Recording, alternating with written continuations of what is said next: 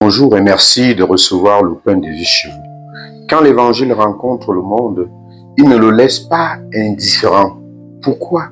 Parce que l'évangile, dit Jésus, porte un message de transformation individuelle et collective. Voilà pourquoi Jésus invite à la conversion, à l'amour du prochain, à la justice, à la paix, au pardon et à la réconciliation. Il invite à la solidarité, à la fraternité universelle.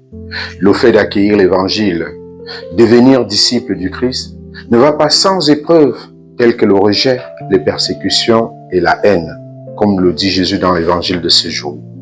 Jésus le premier a fait cette expérience. Si le monde a de la haine contre vous, sachez qu'il en a eu d'abord contre moi, affirme Jésus. Malgré tout, le Christ ne peut se taire, et le chrétien aussi. Il est venu à la rencontre du monde pour le sauver. Au nom de son attachement au Christ, le disciple ne doit pas suivre les chemins du monde, les manières de faire du monde. Et nous, ses disciples, à sa suite, nous devrons, frères et sœurs, apporter la nouveauté de l'évangile à notre monde aujourd'hui, même au prix de notre vie, pour suivre les traces de notre Maître. Notre mission de disciples de Jésus-Christ est de proposer l'évangile au monde. Proposer la bonne nouvelle qui appelle tout humain à remonter à la source, à rencontrer le Christ qui est le chemin, la vérité et la vie. Tout faire pour permettre à tous de connaître le Père de miséricorde. Voilà quelle est notre mission, même si c'est au prix de notre vie. Lorsque nous choisissons de suivre Jésus, nous choisissons d'aimer, de pardonner, de servir, de accorder une place de choix à Jésus au centre de nos vies.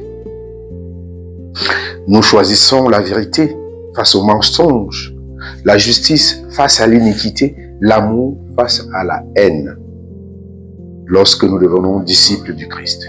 Et ce choix de suivre Jésus nous rend différents. Il nous met à contre-courant.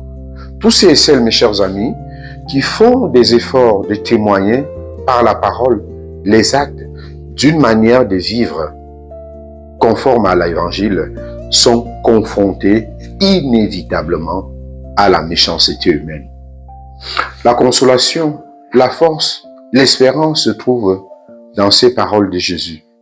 Si l'on m'a persécuté, on vous persécutera, vous aussi. Voilà que nous sommes rassurés par le Christ lui-même. Nous suivons ses traces. Le disciple n'est pas plus grand que le maître. Nous ne sommes pas seuls dans notre mission. Le Christ nous soutient et Dieu son Père bénit nos efforts à témoigner de notre attachement à la parole du Christ.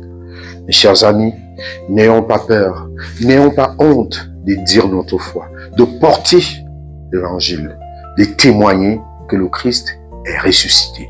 Ceci, pas seulement en disant, mais en posant des gestes qui traduisent notre foi, des gestes qui disent notre attachement au Christ, des gestes qui disent que le Christ est vraiment ressuscité.